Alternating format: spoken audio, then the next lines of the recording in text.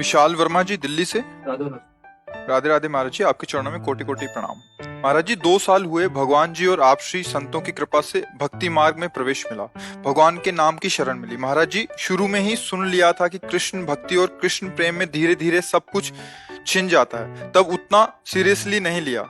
अब इधर सब कुछ धीरे धीरे छिनता जा रहा है और कृष्ण प्रेम भी अभी प्राप्ति वैसी नहीं मिल पा रही। महाराज जी, कृपा मार्गदर्शन। तुम्हारा था क्या जो छिन गया, हमें बताइए भाई। रिपोर्ट तो हम तब कर सकते हैं जब हमारी कोई वस्तु छिनी हो। आपका था क्या, हमें बता दीजिए। आपने क्या रचना की और आपका क्या पुरुषार्थ था, किसमें? पांच भौतिक शरीर में, ये पंचभूतों से बना हुआ, या आप में? आप भगवान के अंश हैं। क्या पुरुषार्थ? अगर वो एक आंख हटा देते हैं, उनकी मौज की बात है, वो एक से दिखाना चाहते हैं, उनकी वस्तु है ना। आपकी क्या, हमें बता दो। आपका क्या है? आपका क्या है, आप बताइए।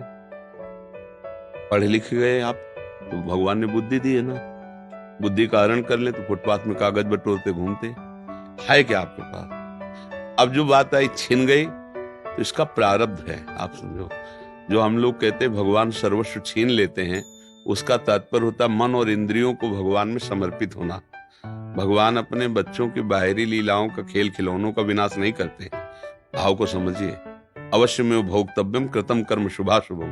अभी आप उस कोटि के शरणागत नहीं कि आपके शुभ और अशुभों का विनाश हो गया हो, समझना। आप खुद स्वीकार करते हैं 2 वर्ष से भक्ति में। अब किस कोटि की भक्ति है 2 वर्ष में जागृत हो गई, वो आप देखो। इसके पीछे क्या होता है जन्म जन्मांतरों में, इसी जन्म में आप देखो। तो जो बोया है पीछे साल की फसल, खाना तो पड़ेगा ना।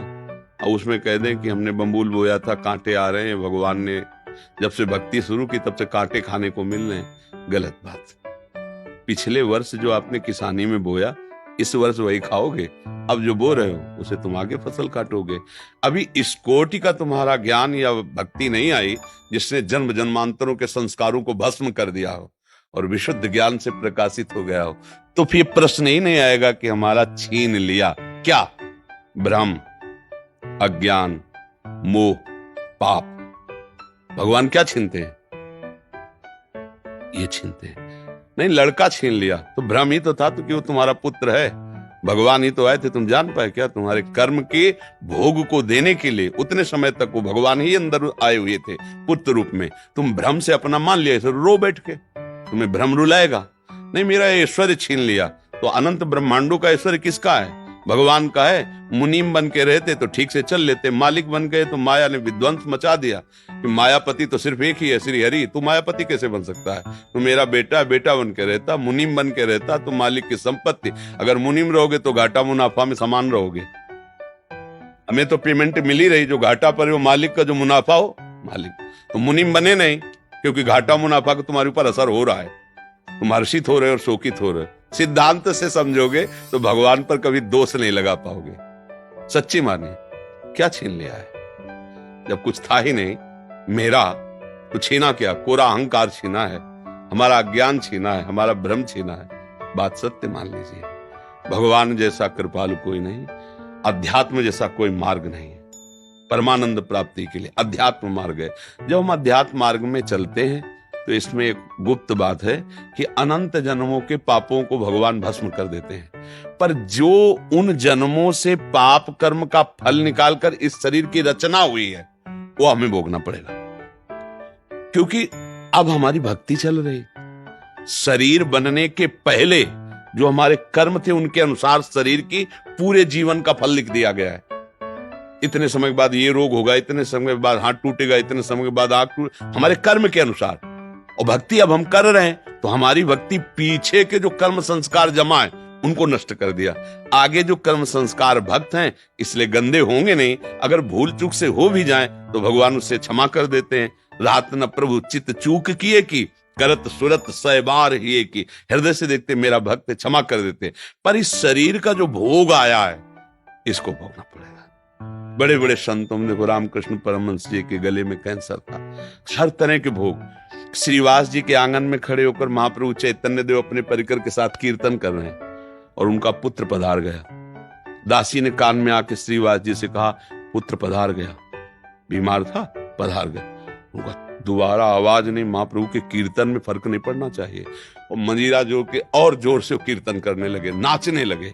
महाप्रभु चैतन्य देव रुक गए और उनका, श्रीवास मेरा मन कुछ सुस्त सा हो रहा है, कोई घटना घटी क्या? उनका, प्रभु क्या घटना घट सकती, जहां आप मंगल मूर्ति नाम कीर्तन हो रहा वहां घटना क्या घट सकती? तब किसी भक्त ने बताया कि श्रीवास का बेटा पधार गया। उनका बताया कि, बोले प्रभु बताने क्या बात है? आपका था, आपने उसे अपनी सेवा में भेज दिया। और जिस जीव को यह सौभाग्य मिले कि आप स्वयं कीर्तन कर रहे हैं और वो पधार रहा है, इसके लिए तो बड़े बड़े ऋषि मुनि याचना करते हैं। प्रभु ये कोई शोक की बात है, ये कोई दुख की बात है? ले वो आनंदित है, पुत्र पधार गया, वो आनंदित है कि उस जीव को जो सौभाग्य मिला। बड़े बड़े ऋषि मुनि ऐसी याचना करते हैं और वो था नहीं मेरा, आपका था, आपने बुला लिया आपने। अब ये है भक्ति का रंग, इसमें क्या छिन गया? जो जीव जितने समय के लिए आए उतने समय तक रहेगा और चला जाएगा। ये शरीर जितने समय तक के लिए पहले ही निर्धारित हो चुका है, इसके बाद ये चला जाएगा। भैया अगर विवेक से देखोगे तो भगवान की कृपा तुम्हें दिखाई देगी, अविवेक से देखोगे तो लगेगा भगवान के साथ हमने क्या बुरा किया जो उन्होंने हमारा छीन लिया। और भगवान स्पष्ट कह रहे हैं, अवश्य में वो भोक्तव्यम कृतम कर्म शुभाशुभम, भोगना पड़ेगा तुम्हें जो तुम कर्म कर रहे हो। एक उपाय है, ऐसी शरणागति प्राप्त करो कि अहम भी समर्पित हो जाए, तो सब भस्म हो जाएगा। अभी उसमें प्रवेश ही नहीं हुआ है, उस शरणागति में तो प्रवेश ही नहीं हुआ। जिसे शुद्ध परमार्थ कहते हैं उसका ककारा भी नहीं आता है, तो वो बात तो बनी नहीं। तो इसलिए बात को अंदर से हटाओ कि भगवान छीन लिए, भगवान कृपा कर रहे हैं, सच्ची मानो। हमारे जितने कर्म अगर वो हम पर टूट पड़े, हाँ तो एक श्वास लेने लायक नहीं, हम ऐसे ऐसे कर्म किए हैं। इसलिए भगवान की कृपा मनाओ और भक्ति में आगे बढ़ो। तब तुम जब ऊंचाई पर पहुंचोगे फिर देखोगे कि पीछे की भी बात को, तो हर कदम में कृपा दिखाई देगी आपको। वो बचा लिया भगवान ने, कृपा की भगवान ने। अगर हमारे अनुकूल परिवार मिलता, अनुकूल संपत्ति मिलती तो भोगों में फंस जाता, कभी इस आनंद को प्राप्त। कितने कृपालु भगवान, आपने मुझे वो दिया ही नहीं जिसमें फंसा जाता है, मुझे दिया ही नहीं। बड़े कृपालु, आपकी जय। ऐसे मनाते। अभी राग है भोगों में, परिवार में, संसार में, तो हमें लगता है कि भगवान बहुत बुरा करने वाले हैं। एक ऐसे हैं कि जो उनकी ज्यादा आरती पूजा करता है उसी की वो धुल देते हैं, उसी को पिटवा देते हैं, उसी को कर। ऐसा नहीं है। वो जो दिखाई आपको दे रहा है वो इसलिए दे रहा है कि अब आखिरी है, अनंत जन्मों का हिसाब इसी जन्म में होके खत्म खेल, अब हमें प्रभु के पास जाना है। ये बात अगर आप देखोगे तो आप रो पड़ोगे कि जिन कर्मों को मैं लाखों जन्म भोगता फिर भी नहीं काट पाता, उनको भगवान ने से चुट पुट थोड़ा बारा कष्ट दे के निपटा दिया और अपने पास बुला रहे हैं। बड़े कृपालु भगवान है। तो हमें तो कृपा ही कृपा नजर आती भैया। भगवान पर दोष करने का तो हमें कभी समझे में नहीं आया। अगर आता तो हम कह देते हैं, ऐसा कह देते हैं, पर हमने आज तक ऐसा नहीं देखा है। जब कभी कहीं कोई हृदय में जलन हुई तो मेरे विचार की कमी हुई, मेरे आचरण की कमी हुई, मेरे भगवान की नहीं। सच्ची कहता हूं, उनका ऐसा प्यार है, उनका ऐसा दुलार है, मतलब करोड़ों प्राण हो तो भी उनके आगे बलिहार है। जहां मैं जला हूं वहां मेरी सोच गलत हुई है, मेरी चेष्टा गलत हुई है, वहां मैं जला हूं। उनकी कृपा में कहीं जलन नहीं है। हमसे गलती हुई है, तब इस बात का मुझे बोध हुआ बाद में कि ये हम गलत चिंतन किए, ये गलत हमारी चेष्टा थी, इसलिए मुझे वो जलन हुई। वो भगवान की तरफ से नहीं, वो क्रिया का फल है। भगवान की तरफ से तो कृपा ही कृपा है, कृपा ही कृपा है। बोलो हमारे ऐसे कोई पुण्य है कि हम वृंदावन आने लायक हैं? सोचो जरा, जिस वृंदावन के लिए बड़े बड़े महापुरुष, जो रज शिव शनकादिक याचत, सो रज शीस चढ़ाऊं, किशोरी तेरे चरणन की रज पाऊं। भला इस रज में हम आने लायक? श्री राधिका कृपा बिन सबके मनन अगम, मन से भी नहीं सोच सकते वृंदावन। आप तन से आए हो वृंदावन, आपके ऊपर कितनी कृपा लाडली की। यदि वो छीनने वाले होते तो तुम्हें भेजते ही नहीं। आप सोचो। अच्छा, हनुमान जी को देख करके विभीषण जी के हृदय में कि अब मोहि भाव भरोस हनुमंता, बिनु हरि कृपा मिल। आप संत समागम में बैठे हैं, ओ भाग्य। सुत दारा धन लक्ष्मी, पापियों के घर होए, संत समागम हरि कथा, तुलसी दुर्लभ। भगवान ने छीना नहीं, आपको दिया है। दुर्लभ मनुष्य दे, दुर्लभ सत्संग, दुर्लभ भगवान नाम, ये सब दिया है। आप देने पर नजर करो। जो छीनने की बात करे वो विनाशी है, वो अपने समय से नष्ट हो जाएगा, उसे कोई छीनता नहीं है। बर्फी रख दो जो बहुत बढ़िया दिखाई देती, 2-4 दिन में ऐसी फफूंदी और दुर्गंध हो जाए, क्योंकि उसका स्वरूप ही यही है, खाने क्या देखने लायक नहीं रह जाएगी।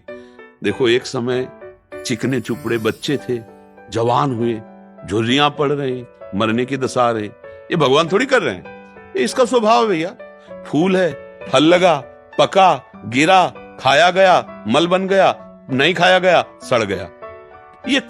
ये सिस्टम है, परिवर्तनशील, विनाशमय, ये सिस्टम है, इसको दोष नहीं दिया, ये सिस्टम है। हर लोग का अलग अलग सिस्टम है, ये यहाँ का सिस्टम है।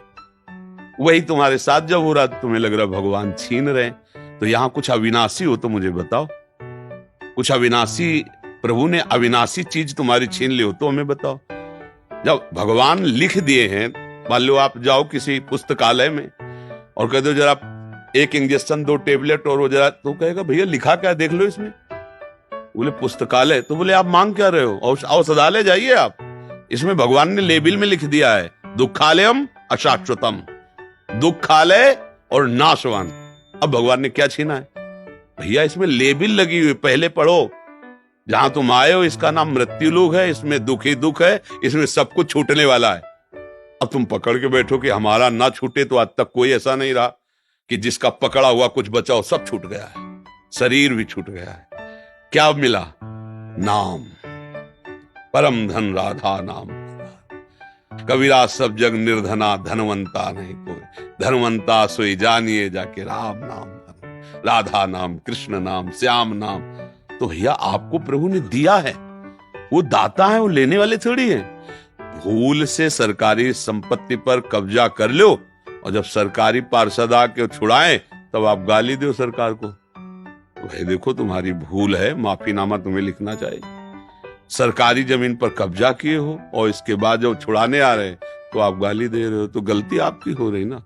ये सब कुछ सरकारी है, भगवान का है, सेवा के लिए मिली ये गाड़ी बंगला, सेवा के लिए मिली। भगवान की सेवा कर कर, परिवार की सेवा करके अपने ऋण से मुक्त हो जाओ तो भगवान को प्राप्त हो। अब मान लिया अपना और चाहते हो कि अविनाशी बना रहते हैं, अब कुछ अविनाशी नहीं भैया, सब धोखा ही धोखा है। अगर कोई आप प्रमाण दो कुछ भी अविनाशी हो तो बताओ। भगवान भी अवतार लेते हैं तो समय के साथ अंतर्ध्यान हो जाते, समय के साथ, समय जितना लेके आए उतना ही।